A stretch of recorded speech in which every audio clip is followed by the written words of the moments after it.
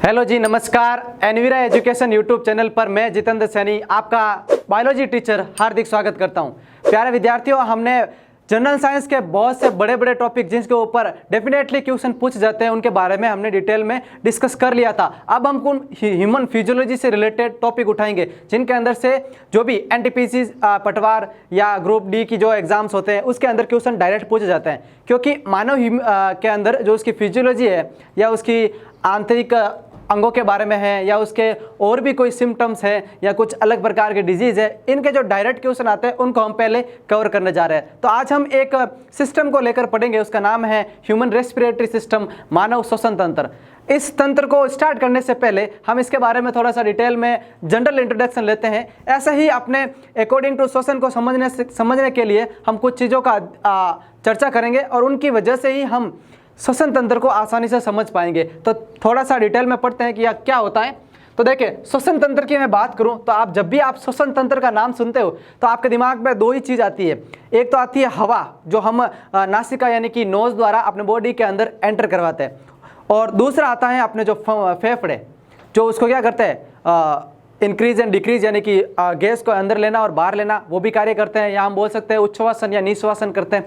तो ये दो चीज़ें अपने दिमाग में आती है। अब इन दो चीज़ों को अच्छे से अगर हम समझ लें तो इनके ऊपर अपना जो रेस्पिरेटरी सिस्टम के जो क्वेश्चन पुट होते हैं वो पता चल जाएंगे। पहले तो हम बात करते हैं बाहर की तरफ जो वायुमंडल है, वायु, उसके बारे में चर्चा करते हैं। श्वसन क्रिया कैसे होती है, क्यों ऑक्सीजन अपने शरीर के अंदर प्रवेश करती है, ऐसा कोई फिल्टर लगा हुआ है क्या है हमारे नासिका के ऊपर, तो वायुमंडल के अंदर केवल और केवल ऑक्सीजन को ही अंदर लेती है, या फिर कोई दूसरी गैस क्यों नहीं आती है, ये कभी आपने सोचा होगा इसके बारे में। तो प्यारे विद्यार्थियों, श्वसन तंत्र में जब हम बात करते हैं तो हम सोचते हैं कि हम किसको लेते हैं, हम ऑक्सीजन को बॉडी के अंदर लेते हैं और CO2 को क्या करते हैं, बाहर की तरफ भेजते हैं। ये कार्य करते हैं, एक्सचेंज ऑफ गैसेस करते हैं। ये श्वसन तंत्र में हम समझ सकते हैं, इसके बारे में अच्छे से सुन सकते हैं।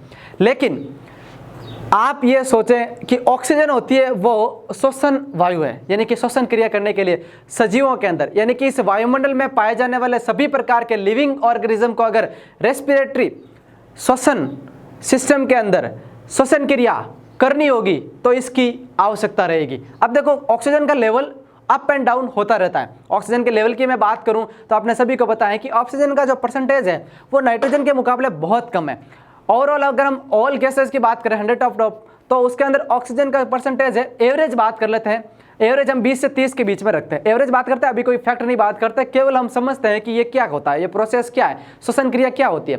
तो एवरेज 20 to 30% के आसपास ऑक्सीजन का जो परसेंटेज है टोटल ऑफ 100 इन एयर, यानी कि वायुमंडल के अंदर सबसे ज़्यादा नाइट्रोजन है, उसके बाद अगर बात करें तो ऑक्सीजन है। तो अगर सबसे ज़्यादा नाइट्रोजन है तो हम ऑक्सीजन के रूप में जो श्वसन क्रिया करते हैं तो अपने बॉडी के अंदर हमेशा ऑक्सीजन ही एंटर क्यों करती है, ये सोचने वाली बात है। तो प्यारे विद्यार्थियों, इसके ऊपर एक ही क्वेश्चन पुट होता है। एक तो होता है नॉर्मल से नॉर्मल क्वेश्चन कि श्वसन वायु है, प्राण वायु है, ये दो चीज़ें, ये दोनों क्वेश्चन पुट हो चुके हैं। श्वसन वायु है या प्राण वायु है, उसके अंदर ऑप्शन मिलेगा अपने को ऑक्सीजन, तो ये नॉर्मल क्वेश्चन हो गया। फिर बात करेंगे ऑक्सीजन से अधिक वायुमंडल में कौन सी गैस है, क्योंकि डायरेक्ट ऐसे नहीं पूछेगा कि नाइट्रोजन का कितना परसेंटेज है, क्योंकि ये सब ने रट रखा है। ऐसे पूछेगा घुमा के, ऑक्सीजन से अधिक वायुमंडल में सर्वाधिक मात्रा में कौन सी गैस पाई जाती है, या ऐसे पूछेगा कि नाइट्रोजन के पश्चात वायुमंडल में सर्वाधिक मात्रा में कौन सी गैस पाई जाती है। थोड़ा सा क्वेश्चन को अराउंड अप किया जाएगा। तो ये चीजें। फिर बात करते हैं ऑक्सीजन। अब देखो, ऑक्सीजन थोड़ी सी भारी गैस है, थोड़ी सी भारी गैस, नाइट्रोजन थोड़ी हल्की गैस है। जो ये पृथ्वी के चारों तरफ वायुमंडल है, इस वायुमंडल में सतह के आसपास सर्वाधिक क्या पाई जाती है, ऑक्सीजन पाई जाती है। ध्यान से सुनना, पृथ्वी के वायुमंडल के सतह के आसपास सर्वाधिक मात्रा में ऑक्सीजन पाई जाती है। इसका मतलब ये नहीं है कि नाइट्रोजन बिल्कुल भी नहीं है या अन्य गैसें बिल्कुल भी नहीं है, लेकिन घनत्व की बात करें या मात्रा की बात करें तो ऑक्सीजन उनके मुकाबले थोड़ी सी ज़्यादा है। फिर हम बात करते हैं अपने अंदर श्वसन क्रिया के द्वारा। तो हम जब भी श्वसन क्रिया करते हैं, ऑक्सीजन को नासिका के द्वारा फेफड़ों के अंदर भरते हैं, तो अपने को पता है कि हम उसको अनुभूति लेते हैं तो अपने को थोड़ा फील होता है, वेटेज फील होता कि नहीं होता।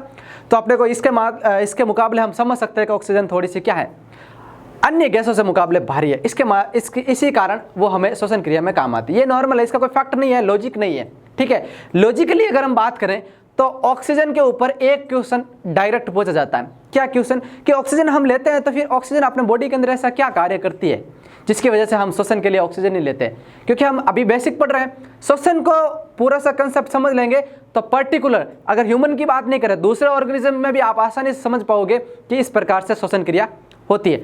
तो देखो ऑक्सीजन क्या करती है, अब मान लो कि वायुमंडल से फेफड़ों के अंदर गई, फेफड़ों से ब्लड से रिलेटेड हो, ब्लड के अंदर घुल मिलकर सेल के पास गई, सेल के अंदर क्या करती है कि ऑक्सीजन है जो बहुत प्रकार की केमिकल रिएक्शंस करती है और एटीपी के रूप में या कार्बोहाइड्रेट के रूप में जैसे हम कहते हैं, एटीपी के रूप में ऊर्जा है जो एक्सपेल आउट करती है।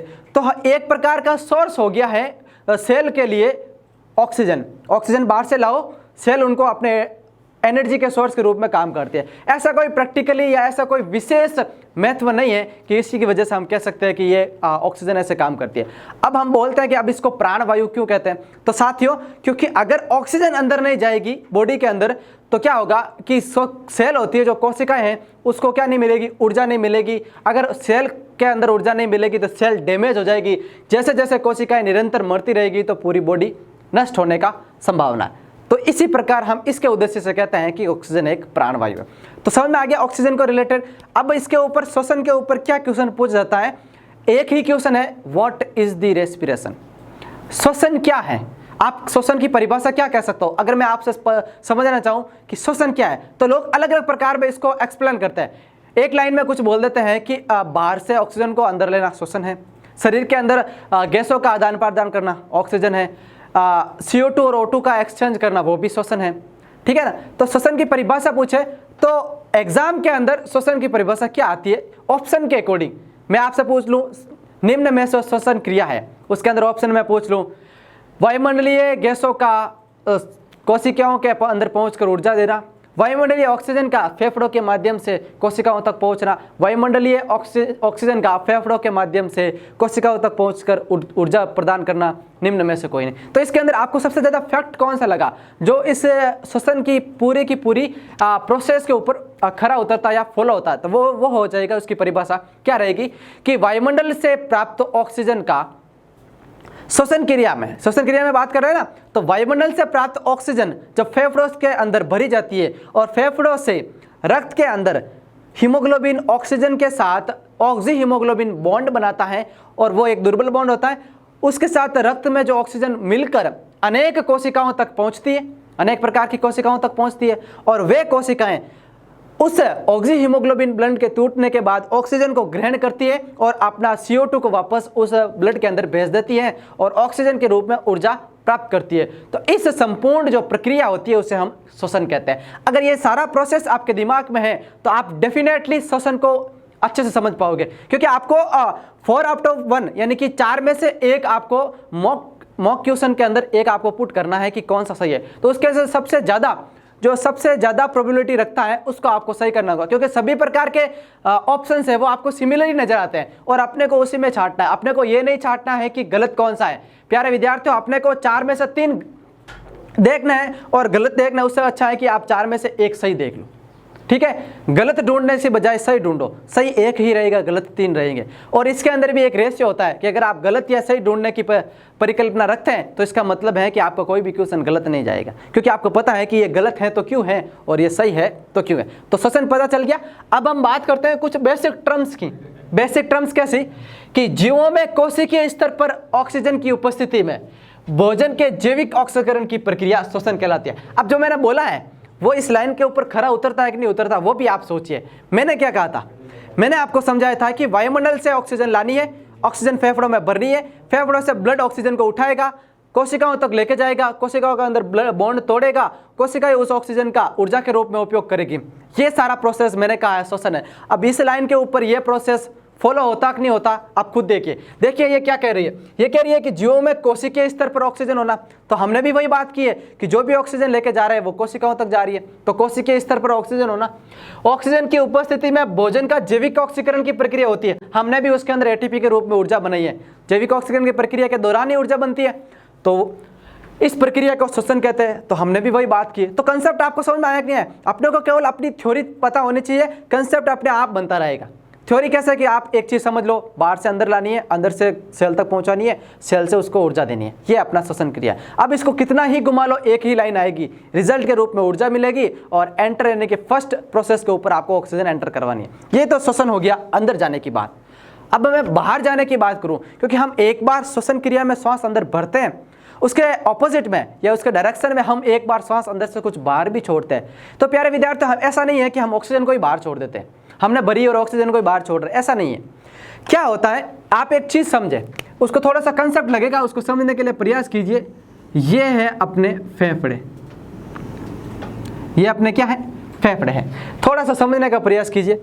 और उसके ऊपर में क्या है कि नासिका द्वारा या वायुमंडल द्वारा हवा आ रही है, ये दोनों लंग्स हैं, इसके अंदर ऑक्सीजन हमने एंटर करवाई है।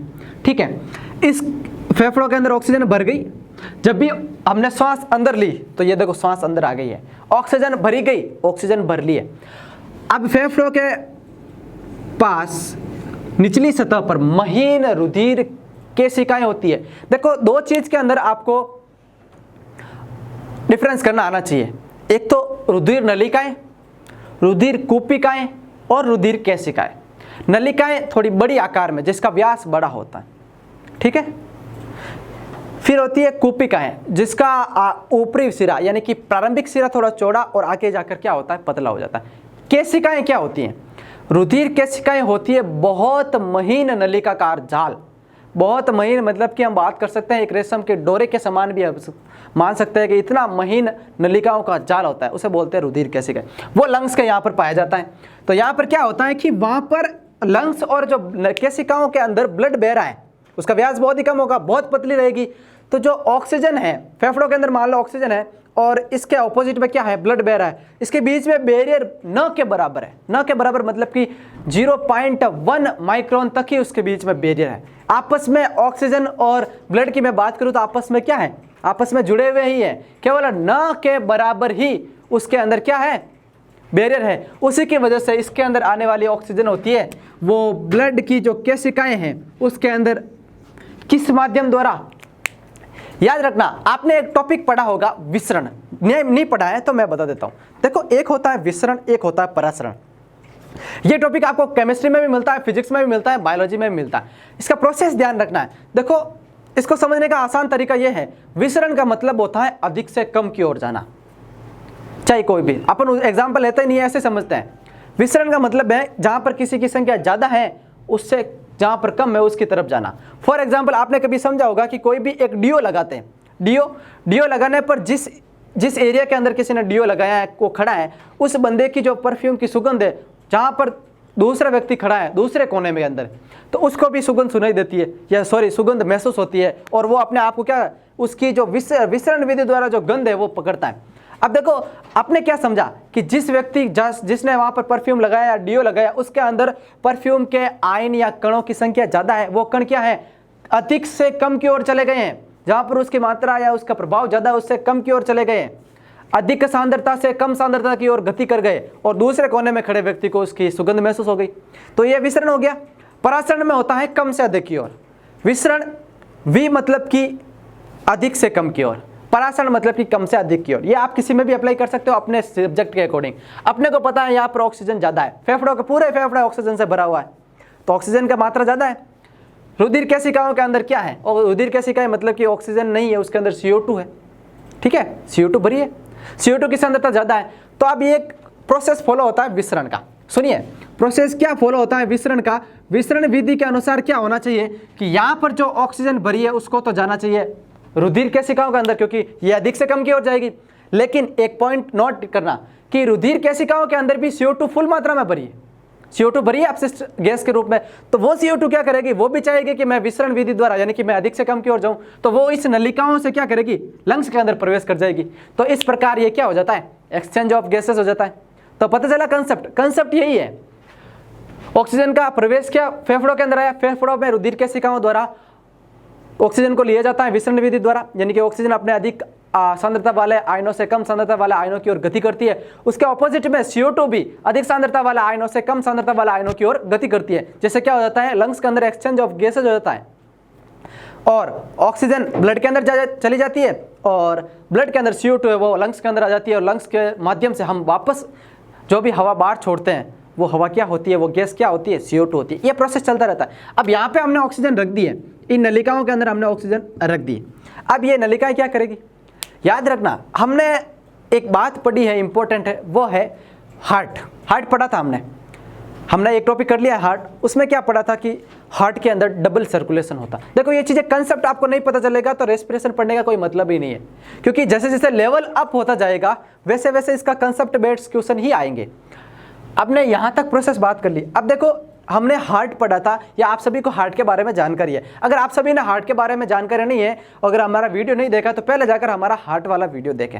हमने हार्ट के अंदर केवल और केवल कंसेप्ट बेस्ड चीज़ें ही उठाई है, फालतू की अनावश्यक अपने को रटने का काम नहीं है। अपने को हार्ड वर्क नहीं करना है, स्मार्ट वर्क करना है। स्मार्ट वर्क मतलब कि जो क्वेश्चन आने की संभावना है, जिसके ऊपर फैक्ट लागू होता है, उन्हीं को पढ़ना है। अनावश्यक चीज़ों को अपने दिमाग के अंदर स्टोर नहीं करना है।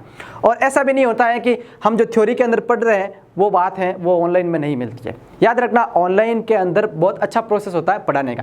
तो लंग्स के अंदर ऑक्सीजन भर दी, यहाँ से जो ऑक्सीजनित ब्लड है वो किसके अंदर जाता है साथियों, वो जाएगा हार्ट के अंदर। इसको थोड़ा सा समझने का प्रयास कीजिए, क्योंकि हमने हार्ट के अंदर पढ़ा है, हार्ट के अंदर 4 कोष्ठक होते हैं, 4 कोष्ठक 4 वेस्म, 2 आलिंद 2 नीले, आलिंद ऊपर की तरफ बड़े चौड़े, नीले अंदर की तरफ नीचे की तरफ गहरे शंक्वाकार पाए जाते हैं। दाएं और बाएं भाग में होता है। बाएं भाग के अंदर एक बार अशुद्ध रुधिर आता है, आलिंद में बढ़ता है, नीले से होते हुए किसका आएगा, फेफड़ों के अंदर आया, फेफड़ों से शुद्ध हुआ वापस किसके अंदर गएगा, फिर वो गया बाएं के अंदर, बाएं आलिंद के अंदर जाने के बाद वो शुद्ध होकर बॉडी में जाता है। तो बॉडी के अंदर जाने के बाद वो किसके अंदर जाएगा, किसके पास जाएगा, वो जाएगा सेल के पास। किसके पास, सेल यानी कि कोशिका के पास। अब कोशिका क्या करेगी उसका भाई, कोशिका करेगी सबसे पहले ऑक्सीजन को लेने का। अब जैसे ही ब्लड कोशिका के पास पहुंचेगा, उसका एक बॉन्ड था, क्या बॉन्ड था, ऑक्सी हीमोग्लोबिन। ऑक्सी हीमोग्लोबिन नाम आपने सुना होगा क्योंकि हमने ब्लड के बारे में पढ़ा है। अब ये बॉन्ड क्या था, ये था आरबीसी के अंदर जो हीमोग्लोबिन पाया जाता है, तो फेफड़ों के अंदर जो ऑक्सीजन है उसको लेते समय ये हीमोग्लोबिन क्या करता है, ऑक्सीजन के साथ एक दुर्बल बंध बना देता है जिसका नाम है ऑक्सी हीमोग्लोबिन। ये दुर्बल क्यों है बंध, क्योंकि उसको वापस कोशिकाओं में जाने के बाद टूटना भी है, क्योंकि अपने को क्या करनी है, ऊर्जा प्राप्त करनी है। तो वो ऑक्सी हीमोग्लोबिन ब्लड सेल के अंदर आकर क्या होता है, टूटता है, सेल को ऑक्सीजन मिलती है। अभी ऐसा नहीं है कि हीमोग्लोबिन यानी कि ब्लड है जो ऑक्सीजन छोड़ के वापस फ्रीली यानी कि बिना कुछ लिए चला जाएगा। कोशिका क्या करती है, ऑक्सीजन लेती है, जैसे ही ऊर्जा बनी तो उत्पाद के रूप में कुछ न कुछ प्रोसेस होता है। क्या होता है, आपको सभी को पता है कि कोई भी कार्य करने के दौरान कुछ चीज़ें आवश्यक भी बनती है और कुछ चीज़ें अनावश्यक भी बनती है। आवश्यक चीज़ें क्या होती है, वो तो होती है अपनी एटीपी के रूप में ऊर्जा है, अन्य प्रकार की गैसें हैं, संतुलन करना है वो वाली। अनावश्यक रूप में कुछ अपशिष्ट पदार्थ होते हैं, CO2 के रूप में गैस होती है, तो उसको क्या वापस रक्त के अंदर उड़ेल देते हैं। तो हीमोग्लोबिन वापस आते समय क्या कर लेता है, CO2 को पकड़ के ले आ जाता है और लंग्स के अंदर छोड़ देता है। ये प्रोसेस चलता ही रहता है और इस प्रोसेस के दौरान श्वसन क्रिया होती है। अपने को यही पढ़ना है, बाहर से वायुमंडल से गैस को लेना है, कोशिकाओं तक लेके जाना है और वापस CO2 को वायुमंडल में छोड़ना है। इसके दौरान क्या क्या रिएक्शंस होती है, कौन कौन से ऑर्गन्स भाग लेते हैं, कैसा प्रोसेस होता है और मुख्य रूप से उत्पाद कैसा बनता है, और ऑक्सीजन की उपस्थिति हो तो क्या होगा और ना हो तो क्या होगा, ऑक्सीजन का लेवल कब बढ़ता है कब घटता है, इसके बारे में हम पढ़ेंगे। दूसरी बात की बात करते हैं कि श्वसन के समय मुक्त ऊर्जा ATP, नाम लिया था मैंने, श्वसन के समय मुक्त ऊर्जा ATP, adenosine triphosphate, adenosine triphosphate, नाम पता चल गया। अब देखो हमेशा याद रखना, सेल के अंदर जब भी ऑक्सीजन दी जाती है तो सेल के अंदर उपापचयी क्रियाओं के दौरान रासायनिक अभिक्रिया होती है बहुत प्रकार की, सरल से जटिल अणु बनते हैं, जटिल से सरल अणु बनते हैं, टूटते रहते हैं, उनमें क्या होता है, ATP के रूप में ऊर्जा रिलीज होती है। तो अपने को पता होना चाहिए कि जीवों के अंदर ऑक्सीजन के बाद में उत्पाद के रूप में ऊर्जा किसके रूप में मिलती है, ATP, एडिनोसिन ट्राइफॉस्फेट के रूप में मिलती है। तो एडिनोसिन ट्राइफॉस्फेट के रूप में परिवर्तित होकर रासायनिक ऊर्जा के रूप में संचित की जाती है। ये तो हमने अभी तक समझ लिया। अब देखो श्वसन की प्रक्रिया क्या होती है, ये जो मैंने आपको डिटेल में बताया उसको एक चार्ट में समझते हैं। यानी कि सबसे पहले हम करते हैं बाह्य श्वसन। अब ये बाह्य श्वसन क्या होता है, बाह्य मतलब क्या होता है, वातावरण से संपर्क में रहना। अब जब पहली बार हम श्वास लेते हैं तो मतलब बाहर से अंदर की तरफ ऑक्सीजन बढ़ते हैं, तो ये हो गया बाह्य श्वसन। फिर होता है गैसों का परिवहन। अब ये गैसों का परिवहन क्या है, अभी मैंने डिस्कस किया है कि यहाँ पर गैस आकर लंग्स के अंदर भर दी। अब ये गैस है जो सेल के पास कैसे पहुंचेगी? तो सेल के पास किसी न किसी प्रोसेस द्वारा पहुंचेगी, जिसके बारे में हमने बात किया था, ब्लड के अंदर मिलती है, बॉन्ड बनाती है, फिर टूटता है, फिर जुड़ता है। तो ये हो गया गैसों का परिवहन। अब एक और आता है अंतः शोषण। अब ये अंतः शोषण क्या है? देखो आप सभी को पता है कि जब कोशिका, पहले तो कोशिका के पास CO2 थी, जब ब्लड लेके गया ऑक्सीजन तो कोशिका के पास ऑक्सीजन मिली, तो कोशिका का शोषण तो वहां पर ही शुरू होगा, क्योंकि लंग्स की ऑक्सीजन उससे क्या लेना देना। तो जब भी ऑक्सीजन कोशिका के पास जाएगी तो कोशिका भी अपना शोषण क्रिया करेगी, उसे अंतः शोषण कहता है। अब इसके अंदर क्या होता है, इसके बारे में हम डिटेल में पढ़ेंगे। तो इस प्रकार है जो शोषण का ये बेसिक टर्म होता है, इसके बारे में और जानकारी लेते हैं। अब हम बात करेंगे शोषण के प्रकार के बारे में, यानी कि शोषण कितने प्रकार का हो सकता है। देखो, ऑक्सीजन की प्रेजेंट में ही शोषण होता है, अगर ऑक्सीजन नहीं हो तो उसे क्या बोलेंगे। तो उसके आधार पर शोषण के प्रकार होते हैं ऑक्सीजन की उपस्थिति और अनुपस्थिति के आधार पर 2 प्रकार के। पहला होता है ऑक्सी शोषण और दूसरा होता है अपना अनऑक्सी शोषण। या नाम से ही पता चल रहा है, ऑक्सी मतलब ऑक्सीजन की उपस्थिति, अनऑक्सी मतलब ऑक्सीजन की अनुपस्थिति में। अब ये होता कैसे है, देखो इसके अंदर डिफरेंस देखते हैं, और एग्जाम में इनके ऊपर एक क्वेश्चन फिक्स है ऑक्सी और अनऑक्सी शोषण के ऊपर।